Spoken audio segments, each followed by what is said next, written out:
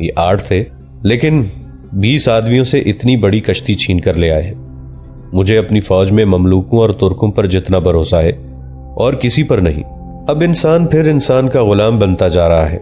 امام نے کہا، حکمرانی حاصل کرنے کے جتن اسی لیے کیے جاتے ہیں کہ انسانوں کو غلام بنایا جائے، لیکن انسان سمجھتا نہیں کہ تخت و تاج نے کسی کے ساتھ کبھی وفا نہیں کی۔ فرعون بھی مٹی میں مل گئے۔ خدا نے ہر اس انسان کو عبرتناک سزا دی ہے جس نے تخت و تاج سے پیار کیا ہے، اور ہر انسان کا خون بہایا ہے جس سے اسے اپنی بادشاہی کے لیے خطرے کی بو آئی۔ سلطان ایوبی کے محافظ دستے کا کمانڈر ایک آدمی کو ساتھ لیے جا رہا تھا۔ اس آدمی کی حالت بتا رہی تھی کہ بڑے لمبے سفر سے آیا ہے۔ کمانڈر نے قریب آ کر کہا، قاہرہ سے قاصد آیا ہے، کیا خبر لائے ہو؟ سلطان ایوبی نے اس سے پوچھا، کیا خبر لائے ہو؟ سلطان ایوبی نے اس سے پوچھا، خبر اچھی نہیں، قاصد نے کہا، اور کمر بند سے ایک کاغذ نکال کر سلطان ایوبی کو دیا۔ سلطان ایوبی اپنے خیمے کو چل پڑے۔ خیمے میں جا کر انہوں نے اس پیغام کو کھولا۔ یہ ان کے جاسوسی اور سراغ رسانی کے سربراہ علی بن سفیان کے ہاتھ کا لکھا ہوا تھا۔ لکھا تھا، ہمارا سب سے زیادہ دیندار اور دلیر نائب سالار جیس القدوس کئی دنوں سے لاپتہ ہے۔ صلیبیوں کی تخریب کاری زوروں پر ہے۔ ہم یہاں زمین دوز جنگ لڑ رہے ہیں۔ ایمان فروشوں کی تعداد میں اضافہ ہوتا جا رہا ہے۔ اس مسئلے پر آپ کو پریشان ہونے کی ضرورت نہیں، ہم دشمن کو کامیاب نہیں ہونے دیں گے۔ پریشانی حبیب القدوس نے پیدا کر دی ہے، اس کا کوئی سراغ نہیں مل رہا۔ اس کا صرف لاپتہ ہو جانا پریشان کن نہیں، ہم ایک اور خطرہ محسوس کر رہے ہیں۔ آپ کو معلوم ہے کہ حبیب القدوس کے ماتحت جتنے دستے ہیں وہ ان میں اتنا ہر دل عزیز ہے کہ سپاہی اس کے اشارے پر جانے قربان کرتے ہیں۔ اگر وہ خود دشمن سے جا ملا ہے تو یہ خطرہ ہے کہ وہ اپنے دستوں کو جو اس کے زیر اثر ہیں سلطنت کے خلاف بغاوت پر آمادہ کر سکتا ہے۔ میں اسے تلاش کرنے کی کوششوں سے دستبردار یا مایوس نہیں ہوا۔ میں آپ سے صرف یہ اجازت لینا چاہتا ہوں کہ اگر تلاش کے دوران وہ سامنے آ جائے اور ضرورت محسوس ہو کہ اسے مار ڈالا جائے تو اسے مار دیا جائے۔ آپ کے قائم مقام امیر مصر نے اس کی اجازت نہیں دی، صرف یہ اجازت دی ہے کہ میں آپ کو براہ راست خط لکھ کر اجازت لے لوں۔ اگر میں اسے تلاش نہ کر سکا تو آپ مجھ سے باز پرس کریں گے، اور اگر وہ میرے ہاتھ سے مارا گیا تو بھی آپ پسند نہیں کریں گے۔ اس نائب سالار کا ہمارے دشمن کے پاس رہنا ہمارے لیے بہت بڑا خطرہ ہے۔ سلطان ایوبی نے اسی وقت کاتب کو بلایا اور پیغام کا جواب لکھوانے لگے۔ عزیز علی بن سفیان، تم پر خدا کی رحمت ہو۔ حبیب القدوس پر مجھے اتنا ہی اعتماد تھا جتنا تم پر ہے۔ جو انسان اپنا ایمان فروخت کرنے پر آ جائے وہ خدا سے نہیں ڈرتا۔ وہ مجھ جیسے حقیر انسان سے کیوں ڈرے گا؟ تمہیں اس پر حیران نہیں ہونا چاہیے کہ حبیب القدوس جیسا انسان بھی دھوکہ دے سکتا ہے۔ ایمان ایک قوت ہے، مگر یہ ہیرے اور جواہرات کی طرح چمکتا نہیں۔ اس میں عورت کے حسن و جمال کی کشش نہیں، اور ایمان تخت اور تاج بھی نہیں۔ جب انسان پر دنیا کی لذتوں کا سرور اور زر و جواہرات کی ہوس پیدا ہو جاتی ہے تو ایمان سے دستبردار ہونے میں کچھ وقت نہیں لگتا۔ حبیب القدوس کو تلاش کرنے کی کوشش کرو۔ اگر کبھی ضرورت محسوس ہو کہ اسے قتل کر دیا جائے تو تمہیں میری طرف سے اجازت ہے، لیکن یہ معلوم کرنے کی بھی کوشش کرنا کہ اسے اغوا تو نہیں کیا گیا۔ حالات تمہاری نظر میں ہیں، جو بہتر سمجھو کرو۔ مفاد سلطنت اور مذہب مقدم ہے۔ ایک انسان کی زندگی اور موت اس کے راستے کی رکاوٹ نہیں بن سکتی۔ جہاں فوج کی اتنی زیادہ تعداد ماری جا رہی ہے، سپاہی اپنی جانیں دے رہے ہیں، وہاں ایک غدار کو مار دینے سے پہلے اتنا زیادہ نہ سوچنا کہ تمہارا قیمتی وقت اس پر صرف ہوتا رہے۔ اللہ سے گناہوں کی بخشش مانگتے رہو۔ ہم سب گنہگار ہیں۔ پاک ذات صرف اللہ اور اس کے رسول صلی اللہ علیہ وآلہ وسلم کی ہے۔ تم حق پر ہو تو اللہ تمہارے ساتھ ہے۔ سلطان صلاح الدین ایوبی نے پیغام کے نیچے اپنی مہر لگائی اور پیغام قاصد کے حوالے کر دیا اور اسے کہا کہ وہ رات بھر آرام کر کے الصبح روانہ ہو جائے۔ وہ تاریخ اسلام کا پرآشوب دور تھا۔ ادھر سرزمین عرب مسلمانوں کے خون سے لال ہوتی جا رہی تھی۔ صلیبیوں اور یہودیوں نے مسلمانوں میں غدار اور سازشی پیدا کر کے مسلمانوں کو خانہ جنگی میں الجھا دیا تھا۔ ادھر مصر میں بھی کفار مسلمان حکمرانوں میں غدار پیدا کرنے کی کوششوں میں مصروف تھے۔ لوگوں میں سلطان ایوبی کی حکومت کے خلاف نفرت پیدا کر رہے تھے اور سلطان ایوبی کی فوج پر بڑے ہی شرمناک الزامات کی تشہیر کر رہے تھے۔ انہوں نے یہ مہم زمین دوز طریقے سے چلا رکھی تھی۔ علی بن سفیان اور قاہرہ کا کوتوال غیاث بلبیس اس مہم کے اثرات زائل کرنے اور مجرموں کو پکڑنے میں سرگرم رہتے تھے۔ ایک نائب سالار کا غائب ہو جانا معمولی واقعہ نہیں تھا، مگر اس کا کچھ سراغ نہیں مل رہا تھا۔ حبیب القدوس کے متعلق کوئی سوچ بھی نہیں سکتا تھا کہ وہ بھی غداری کا مرتکب ہو سکتا ہے، لیکن اس دور میں غداری ایک عام سی چیز بن کے رہ گئی تھی۔ حبیب القدوس لاپتہ ہوا تو سب نے یہی کہا کہ وہ کوئی فرشتہ تو نہیں تھا۔ اس کی 3 بیویاں تھیں اور یہ کوئی معیوب امر نہیں تھا۔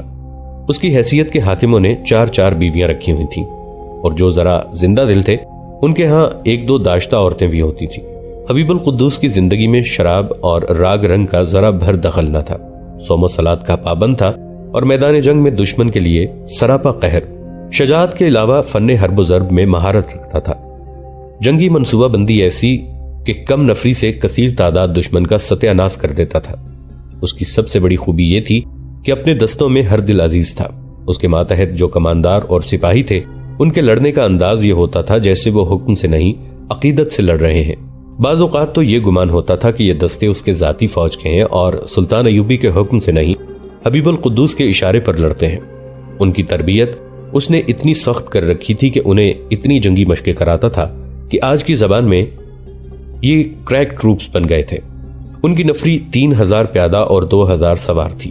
تیر اندازی میں اتنے ماہر جیسے اندھیرے میں آواز پر تیر چلائیں تو تیر بولنے والے کے منہ میں لگے۔ علی بن سفیان جاسوسی اور سراغ رسانی کا ماہر تھا۔ غیاث بلبیس کوتوال تھا اور سول انٹیلیجنس میں مہارت رکھتا تھا۔ ان دونوں کی رائے یہ تھی کہ حبیب القدوس کو دشمن نے اس کی اسی خوبی کی وجہ سے اپنے جال میں لے لیا ہے کہ وہ اپنے 5000 نفری کے دستوں کو باغی کر سکے گا۔ 5000 نفری معمولی نفری نہیں تھی۔ ان دستوں کو نہتہ کر دینے کی بھی تجویز پیش ہوئی تھی، جو علی بن سفیان اور غیاث بلبیس نے یہ دلیل دے کر مسترد کر دی تھی کہ اس طرح یہ باغی نہ ہوئے تو بھی باغی ہو جائیں گے۔ اس کی بجائے انہوں نے ان دستوں میں کسی نہ کسی بہروپ میں اپنے جاسوس چھوڑ دیے تھے جو بیرکوں میں سپاہیوں کی گپ شپ سنتے رہے تھے۔ کمانداروں پر بھی ان کی نظر تھی۔ گہری نظر حبیب القدوس کے گھر پر رکھی گئی تھی۔ اس کی 3 بیویوں میں سے ایک کی عمر 30 اور 40 کے درمیان تھی اور 2 24-25 سال کی تھیں۔ ان سے پوچھا گیا، انہوں نے اتنا ہی بتایا کہ ایک شام اس کے پاس 2 آدمی آئے تھے۔ حبیب القدوس ان کے ساتھ نکل گیا تھا، پھر واپس نہیں آیا۔ ملازموں سے بھی بہت گہری تفتیش کی گئی، ان سے بھی کوئی سراغ نہ ملا۔ بیویوں کا متعلق درپردہ معلوم کیا گیا، ان میں بھی کوئی مشکوک نہیں تھی۔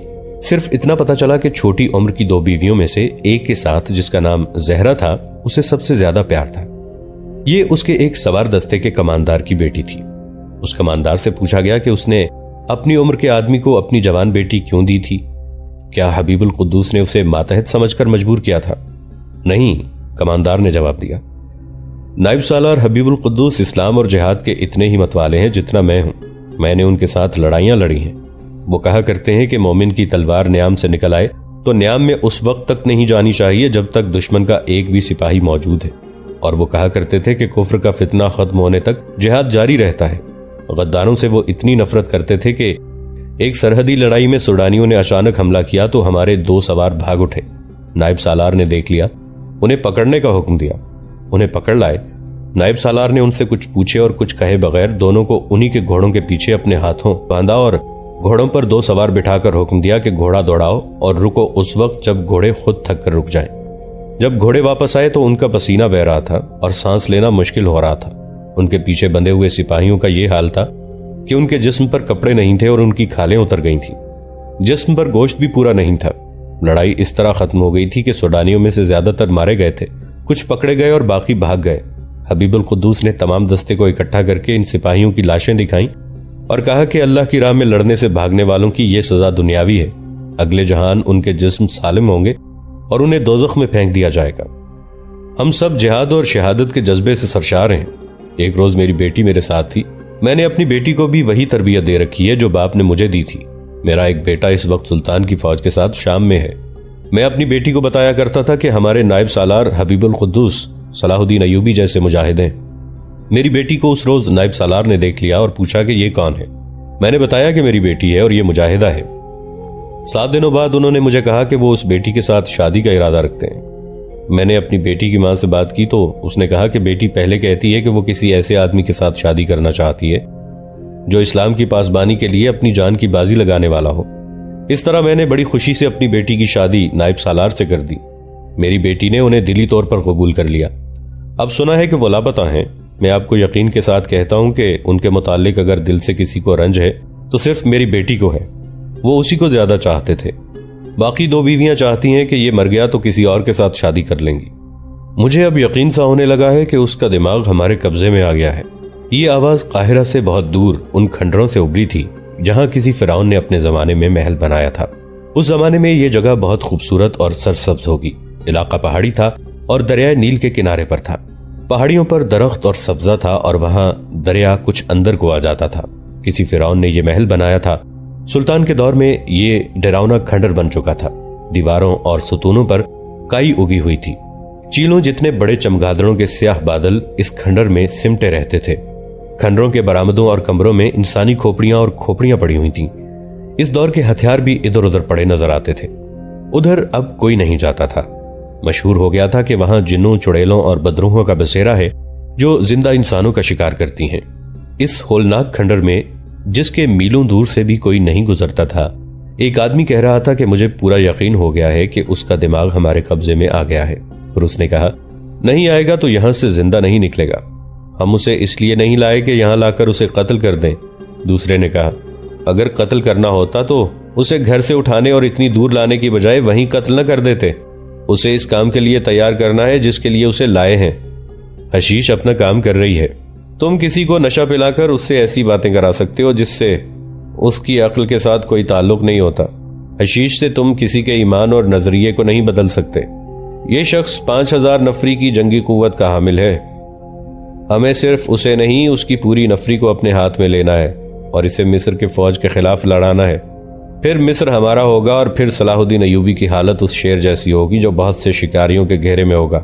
وہ سب کو چیر پھاڑنے کو جھپٹے گا مگر اسے صرف موت ملے گی۔ اگر سلطان ایوبی کا یہ نائب سالار حبیب القدوس اپنے دوستوں کو اشارہ کر دے تو وہ کچھ سوچے بغیر اس کا حکم مانیں گے۔ حبیب القدوس اسی کھنڈر کے ایک کمرے میں بیٹھا تھا جسے اغوا کر لیا گیا تھا۔ یہاں آرائشوں کا سارا سامان موجود تھا۔ اس کے سامنے ایک آدمی بیٹھا تھا جس نے اس کی آنکھوں میں آنکھیں ڈال رکھی تھیں اور وہ کہہ رہا تھا، مصر میری مملکت ہے۔ صلاح الدین ایوبی نے میری مملکت پر قبضہ کر رکھا ہے۔ صلاح الدین ایوبی نے میری مملکت کی حسین لڑکیوں سے حرم بھر لیے ہیں۔ میرے 5000 جانباز پورے مصر پر قبضہ کر لیں گے۔ حبیب القدوس کے ہونٹوں پر مسکراہٹ تھی، اس کے چہرے پر رونق تھی۔ وہ بڑبڑانے کے لہجے میں بولنے لگا، میری تلوار کہاں ہے؟ میرا گھوڑا تیار کرو، میں صلاح الدین ایوبی کو قتل کروں گا۔ میرے 5000 جانباز ایک دن میں مصر کی فوج سے ہتھیار ڈلوا لیں گے۔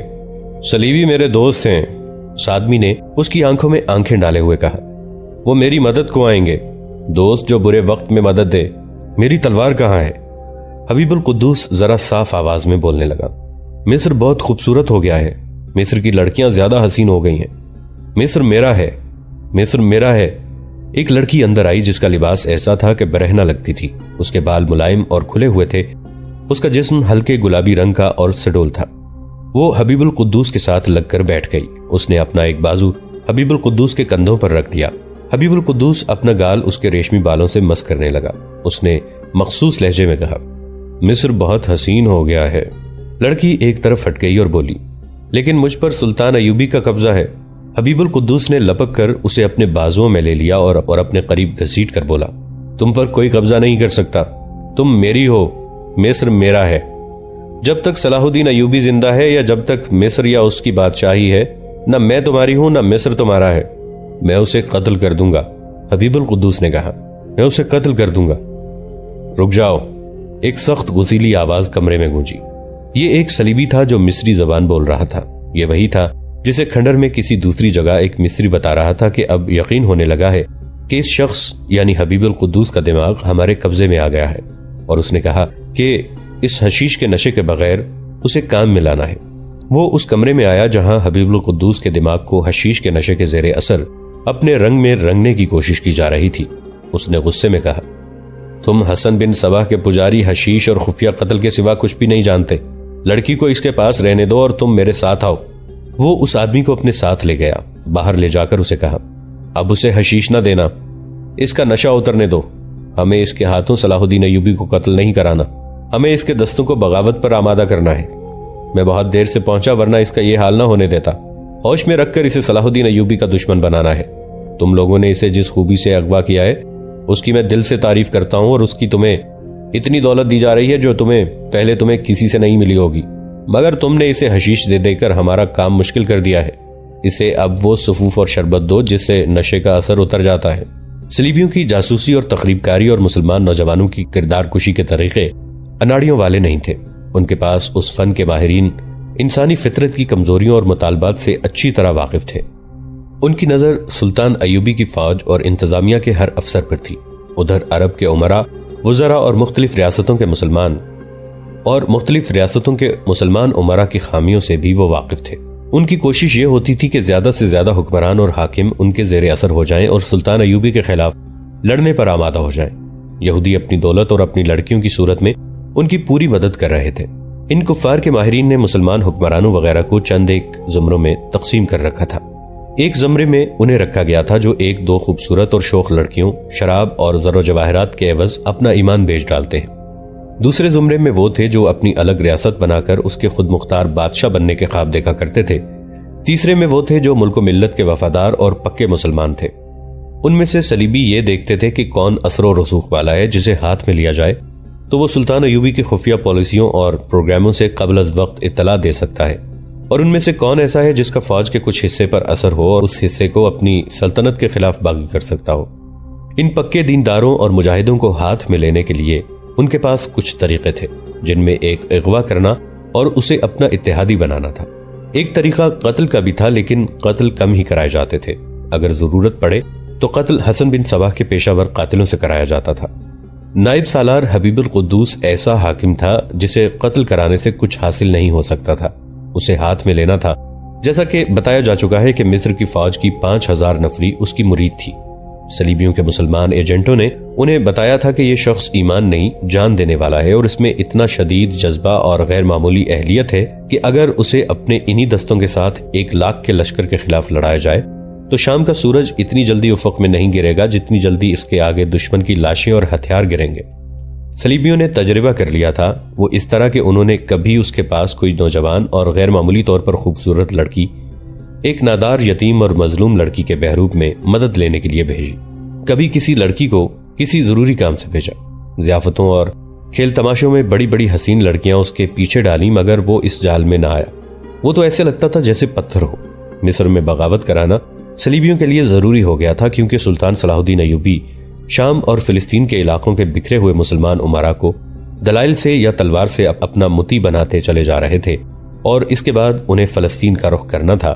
ان کی توجہ فلسطین سے ہٹانے کے لیے ایک ہی طریقہ ہو سکتا تھا کہ مصر میں ان کی جو فوج ہے اسے بغاوت پر آمادہ کر دیا جائے۔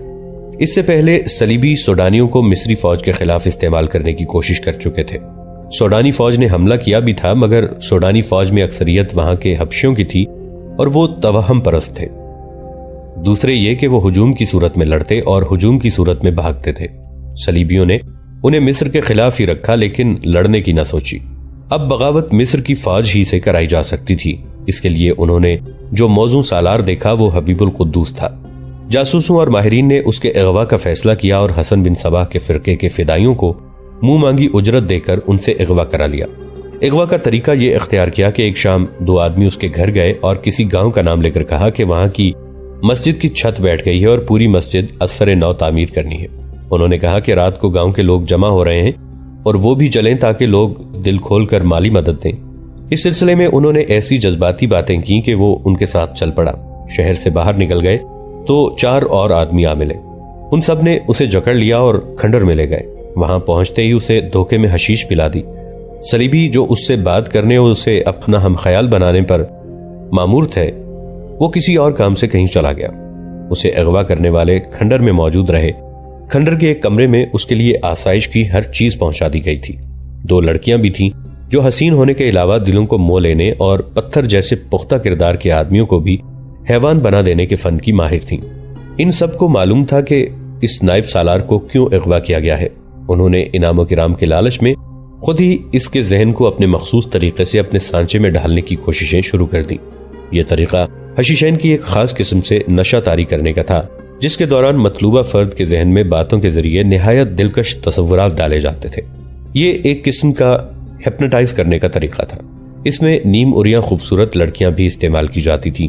یہ گروہ کئی دنوں سے حبیب القدوس پر یہ طریقہ استعمال کر رہا تھا اور اس نے ان کے ساتھ ادھر قاہرہ میں مصری فوج اور کوتوالی کے جاسوس اس کی تلاش میں پریشان ہو رہے تھے۔ سب کا یہی خیال تھا کہ وہ سوڈانیوں یا صلیبیوں کے پاس چلا گیا ہے۔ علی بن سفیان کو معلوم تھا کہ حبیب القدوس کا اثر اپنے دستوں پر کس قدر زیادہ ہے، اس لیے اس نے مصر کے قائم مقام امیر کی اجازت سے سلطان ایوبی کو اطلاع دے دی تھی۔ توقع یہی تھی کہ وہ اپنے معتمد کمانداروں کو کوئی پیغام بھیجے گا۔ جاسوسوں اور سراغ رسانوں نے ہر طرف نظر رکھی، لیکن معلوم یہی ہوتا تھا کہ اس کا پیغام کسی کی طرف نہیں آیا۔ یہ بھی دیکھا جا رہا تھا کہ ان دستوں میں کون سا کماندار غائب ہوتا ہے، لیکن اتنے دنوں میں کوئی بھی غیر حاضر نہ ہوا۔ اتنے میں وہ صلیبی کھنڈرات میں آ گیا جسے حبیب القدوس کے ساتھ بات کرنی تھی۔ اس نے پہلا کام یہ کیا کہ حشیش رکوائی اور حبیب القدوس کا نشہ اتارا۔ صلیبی نے پوری رات نشے کے اثرات اترنے کا انتظار کیا۔ اگلے روز وہ حبیب القدوس کے پاس بیٹھ گیا۔ وہ ابھی سویا ہوا تھا۔ اس کی جب آنکھ کھلی تو اس نے ادھر ادھر دیکھا، اور جب اس کی نظر صلیبی پر پڑی تو وہ فوراً اٹھ بیٹھا اور صلیبی کو بڑے غور سے دیکھنے لگا۔ مجھے افسوس ہے کہ ان لوگوں نے آپ کے ساتھ بہت برا سلوک کیا ہے، صلیبی نے کہا۔ آپ اتنے حیران اور پریشان نہ ہوں، یہ بدبخت آپ کو حشیش پلاتے رہے اور آپ کو بڑے خوبصورت خواب دکھاتے رہے۔ آپ حشیش اور فدائیوں کے اس طریقے سے یقیناً واقف ہوں گے۔ آپ کی توہین کی گئی ہے جس کی میں معافی چاہتا ہوں۔ میں آپ کو کوئی خواب نہیں دکھاؤں گا، بڑی خوبصورت حقیقت آپ کے سامنے رکھوں گا۔ اپنے آپ کو قیدی نہ سمجھیں، میں آپ کا رتبہ اونچا کروں گا، کم نہیں ہونے دوں گا۔ یہ لوگ دھوکے میں مجھے یہاں لائے تھے، حبیب القدوس نے کہا۔ پھر شاید یہ مجھے کہیں اور لے گئے تھے۔ اس نے نگاہیں گھما کر ہر طرف دیکھا اور حیران سا ہو کے بولا، وہ کوئی بہت ہی خوبصورت جگہ تھی، مجھے یہاں کون لایا ہے؟ اپنے آپ کو بیدار کریں، صلیبی نے کہا۔ یہ سب حشیش کا اثر تھا، آپ پہلے روز سے یہی ہیں، مجھے اغوا کیا گیا تھا۔ حبیب القدوس نے حقیقت کو سمجھتے ہوئے ذرا روب سے کہا، تم کون ہو؟ میں آپ کا ایک مسلمان بھائی ہوں، صلیبی نے کہا۔ مجھے آپ سے لینا کچھ بھی نہیں، دینا ہے۔ اگر میں لینے سے انکار کر دوں تو زندہ واپس نہیں جا سکیں گے، صلیبی نے کہا۔ آپ قاہرہ سے اتنی دور ہیں کہ آپ کو میں نے آزاد کر دیا تو آپ راستے میں مر جائیں گے۔ مجھے وہ موت زیادہ پسند ہوگی، حبیب القدوس نے کہا۔ میں اپنے دشمن کی قید میں نہیں مرنا چاہتا۔ نہ آپ قید میں ہیں، نہ میں آپ کا دشمن ہوں، صلیبی نے کہا۔ ان خبیثوں نے آپ کے ساتھ توہین آمیز سلوک کر کے آپ کو بدظن کر دیا ہے۔ مجھے آپ سے کچھ ضروری باتیں کرنی ہیں۔ ان باتوں کے لیے مجھے اغوا کر کے اتنی دور لانے کی ضرورت کیا تھی؟ اگر میں یہ باتیں قاہرہ میں آپ کے ساتھ کرتا تو ہم دونوں قید خانے کے تہ خانے میں ہوتے، صلیبی نے کہا۔ وہاں قدم قدم پر علی بن سفیان اور کوتوال غیاث بلبیس نے جاسوس کھڑے کر رکھے ہیں۔ حبیب القدوس کا ذہن صاف ہو چکا تھا، اس کا دماغ سوچنے کے قابل ہو گیا تھا۔ وہ جان گیا تھا کہ وہ صلیبی تخریب کاروں کے چنگل میں آ گیا ہے۔ اس نے پوچھا، تم صلیبیوں کے آدمی ہو یا سوڈانیوں کے؟ میں مصر کا آدمی ہوں، اس نے جواب دیا۔ اور آپ بھی مصری ہیں؟ آپ بغدادی، شامی یا عربی نہیں؟ مصر مصریوں کا ہے۔ یہ نور الدین زنگی اور صلاح الدین ایوبی کے خاندان کی جاگیر نہیں ہے۔ یہ اسلامی ملک ہے، یہاں اللہ کی حکمرانی ہوگی اور اس کا انتظام اور کاروبار مصری مسلمان چلائیں گے۔ کیا آپ نے کبھی محسوس نہیں کیا کہ ہم پر حکومت کرنے والے بغداد اور دمشق سے آئے ہیں اور انہوں نے مصر کو شام کے ساتھ ملا کر ایک سلطنت بنا لیا ہے؟ تم مجھے مصر کو صلاح الدین ایوبی سے آزاد کرانے پر اکسا رہے ہو۔ میں جانتا ہوں کہ آپ صلاح الدین ایوبی کو پیغمبر نہیں تو پیر و مرشد ضرور سمجھتے ہیں، صلیبی نے کہا۔ میں اس کے خلاف کوئی بات نہیں کروں گا۔ ایوبی میں بہت سی خوبیاں ہیں، میں بھی اسے اتنا ہی پسند کرتا ہوں جتنا آپ کرتے ہیں، مگر ہمیں یہ سوچنا چاہیے کہ وہ کب تک زندہ رہے گا۔ اس کے بعد مصر اس کے جس بھائی یا بیٹے کے ہاتھ آئے گا اس میں صلاح الدین ایوبی کی خوبیاں نہیں ہوں گی۔ مصر ایک اور فرعون کے قبضے میں آ جائے گا۔ مجھ سے تم کیا کام لینا چاہتے ہو؟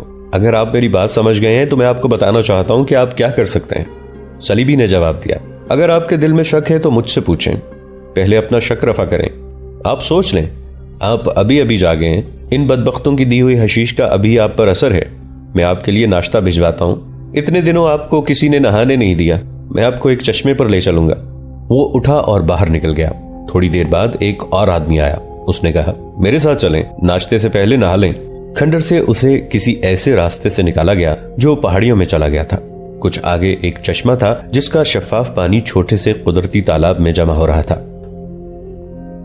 دوستو، آج کے لیے اتنا ہی۔